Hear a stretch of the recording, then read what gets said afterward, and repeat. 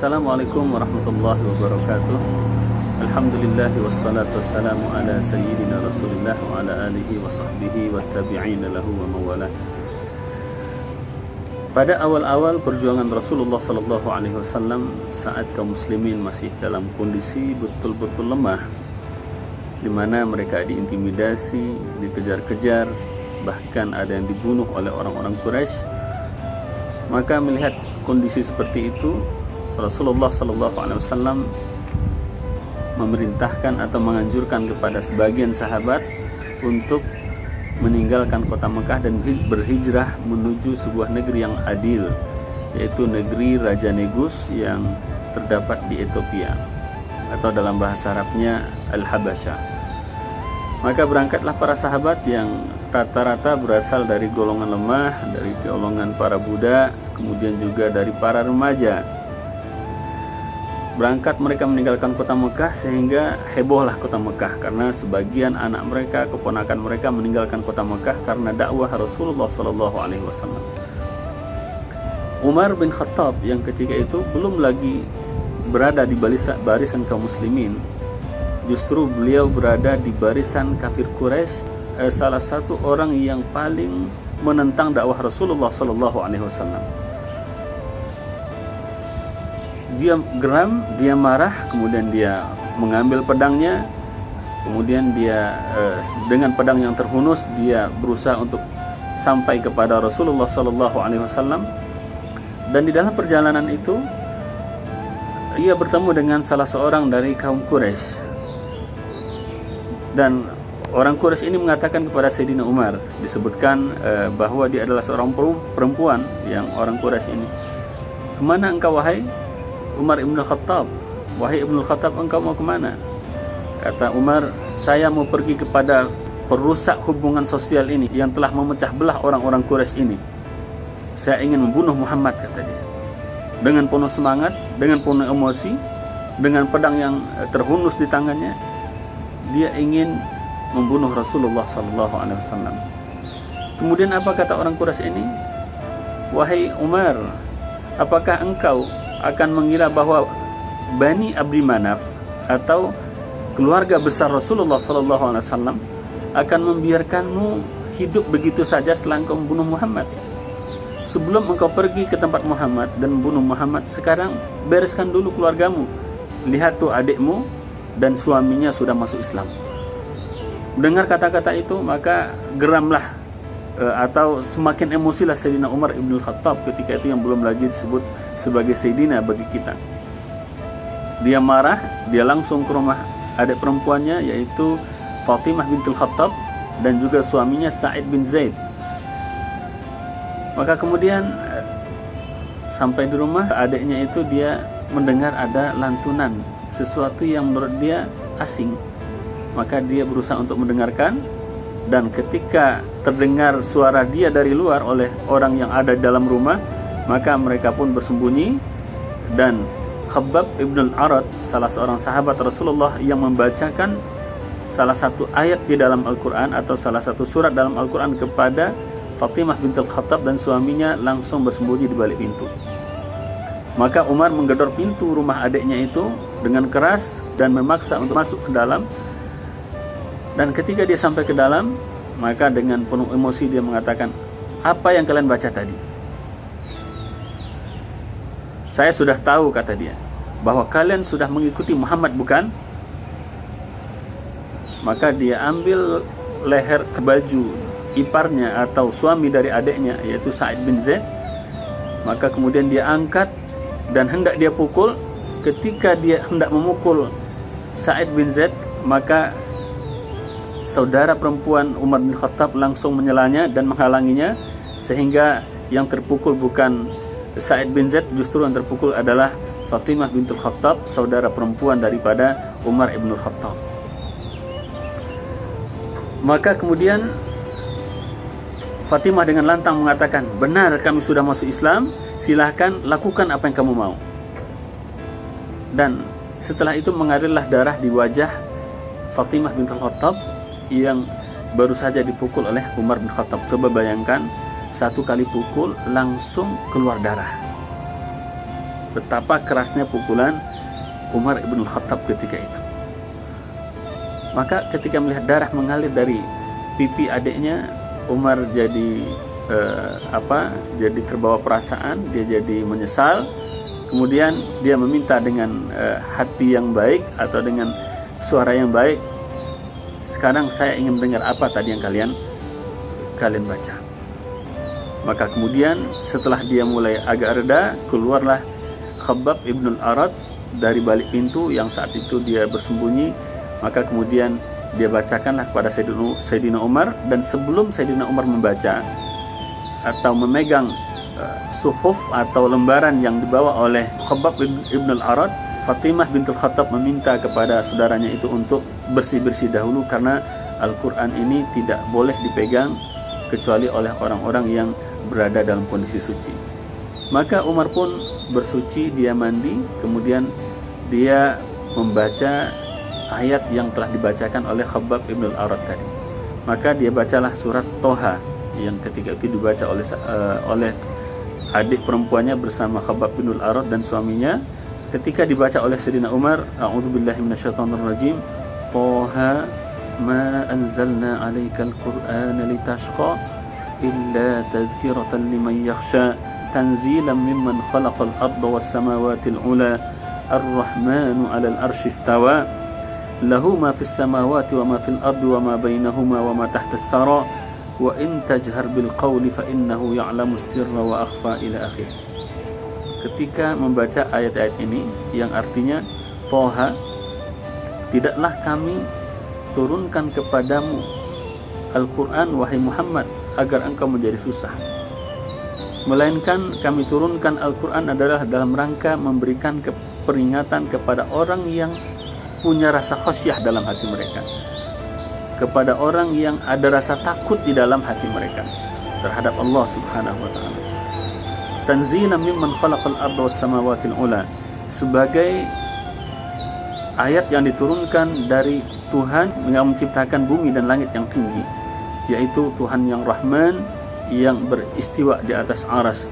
Dialah pemilik sesuatu yang ada di langit dan apa yang ada di bumi, dan juga apa yang ada di dalam perut bumi. Ila akhir ayat. Ketika membaca ayat ini, maka Sayyidina Umar tidak bisa membendung perasaannya. Dia lantas menangis. Kemudian dia katakan kepada saudaranya, ajak aku, bawa aku sekarang juga kepada Muhammad.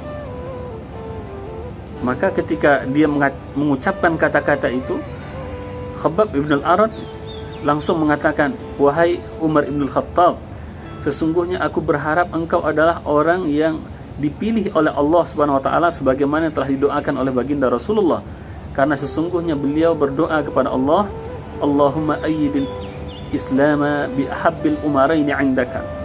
Ya Rabb, kuatkanlah Islam dengan salah satu dua Umar ini yang paling kau cintai dari mereka. Umar yang pertama adalah Umar ibn Khattab, dan Umar yang kedua adalah Amru ibn Hisham atau Umar bin Hisham. Umar pun semakin semangat untuk langsung bertemu dengan Rasulullah SAW. Maka berangkatlah mereka ke tempat Rasulullah SAW di rumah Arqam bin Abil Arqam yang menjadi pusat Islam ketika itu, pusat penyebaran Islam di Mekah ketika itu. Maka sebelum mereka masuk, kaum muslimin yang berada di dalam atau di dalam rumah di dalam rumah Arqam bin Abil Arqam ini sudah khawatir, karena mereka tahu Umar ini adalah salah seorang musuh besar kaum muslimin sebelum itu. Tapi dia selama ini tidak seperti Abu Jahal yang setiap ada kesempatan menyakiti, mencaci, memukul siapapun yang dia temui daripada kaum muslimin, kecuali orang-orang tertentu yang tidak bisa dia sentuh, seperti Rasulullah SAW ketika itu. Maka kaum muslimin yang berada bersama Rasulullah agak sedikit khawatir, karena Umar ini dikenal sebagai seorang yang posturnya tinggi, badannya kekar, tenaganya kuat, dan orangnya adalah seorang yang lincah.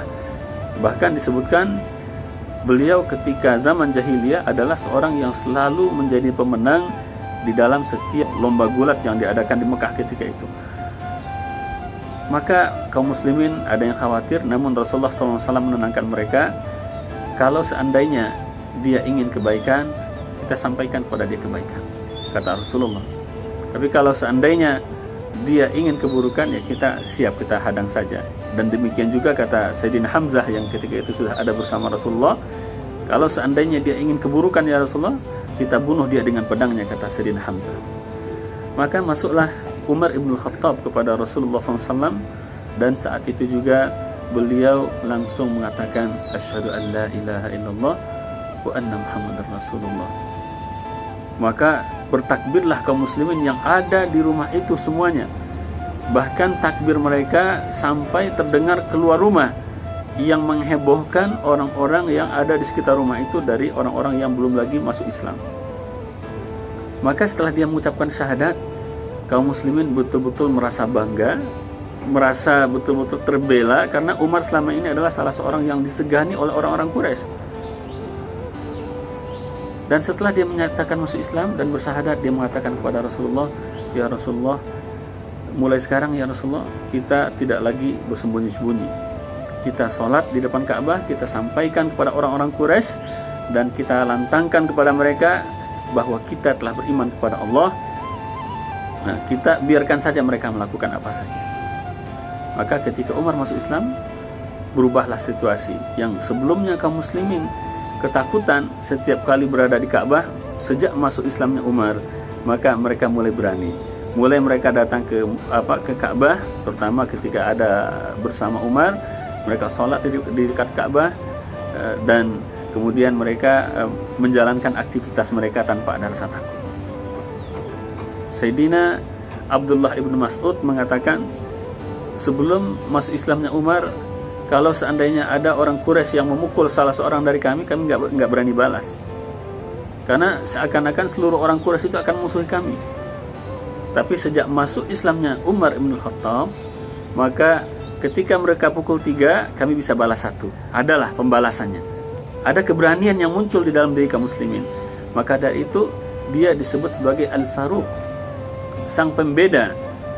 Keislamannya, kata Sayyidina Abdullah ibn Mas'ud, keislamannya itu adalah sebagai fatah, sebagai pembukaan pintu kemenangan untuk kaum muslimin.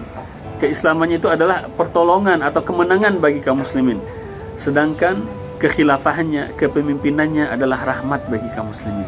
Itulah Sayyidina Umar ibn Khattab, yang pada masa kekhilafahan beliau, Islam menyebar kemana-mana. Pada masa pemerintahan beliau, Islam menguasai negeri Syam, Islam menguasai Mesir, Islam sampai ke Palestina, sampai ke Masjidil Aqsa. Jadi ayat yang menyentuh Sayyidina Umar bin Khattab, yang merupakan salah satu musuh terbesar di dalam Islam sebelum beliau masuk Islam, adalah beberapa ayat di dalam surat Thaha. Begitu besar sentuhan Al-Quran kepada seorang yang merupakan musuh besar Islam, musuh Allah yang hendak membunuh Rasulullah Sallallahu Alaihi Wasallam. Nah, bagaimana dengan kita? Sudahkah Al-Quran memberikan sentuhan kepada kita? Sekian tahun atau mungkin sekian puluh tahun kita membaca Al-Quran, ayat manakah yang pernah menyentuh hati kita? Ayat manakah yang sudah mengubah pola pikir kita, mengubah kehidupan kita? Mari kita renungi. Kalau kita ingin lihat pada zaman sekarang, sebenarnya banyak juga orang-orang yang menunjukkan kepada kita betapa ajaibnya Al-Quran. Ketika sebelum dia membaca Al-Quran adalah musuh besar, tapi ketika dia sudah membaca Al-Quran, setelah itu malah dia cinta kepada Al-Quran.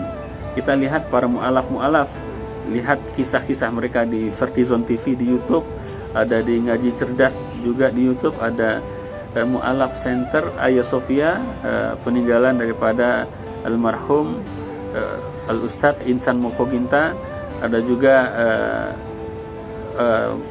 Islam Reborn, dan banyak lagi akun-akun YouTube yang lainnya yang di situ menceritakan tentang bagaimana kisah orang-orang yang tersentuh dengan Al-Quran. Al-Quran untuk kita pelajari, Al-Quran untuk kita gali, sehingga memberikan sentuhan-sentuhan yang akan memberikan kepada kita hidayah. Ketika kita sudah mendapatkan hidayah dengan Al-Quran, maka insya Allah berarti kita sudah sesuai dengan misi diturunkannya Al-Quran kepada baginda Rasulullah Sallallahu Alaihi Wasallam. Pada hari ini, pada tanggal 17 Ramadan, kita biasanya memperingati hari nuzul Al-Quran.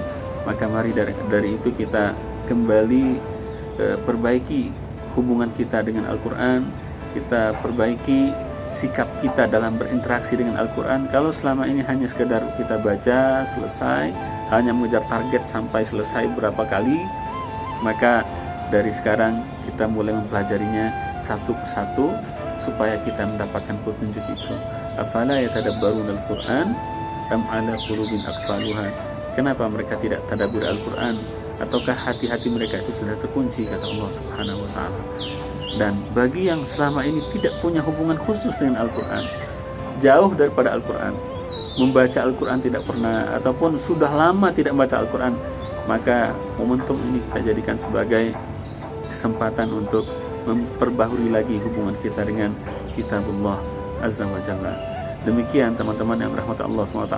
Insya Allah kita akan mencoba menggali makna-makna lain daripada kisah-kisah atau daripada pengalaman para sahabat dan salafus soleh di dalam menjalankan kehidupan mereka sebagai hamba Allah di atas muka bumi ini. Demikian aku qouli hada. Wassalamualaikum warahmatullahi wabarakatuh.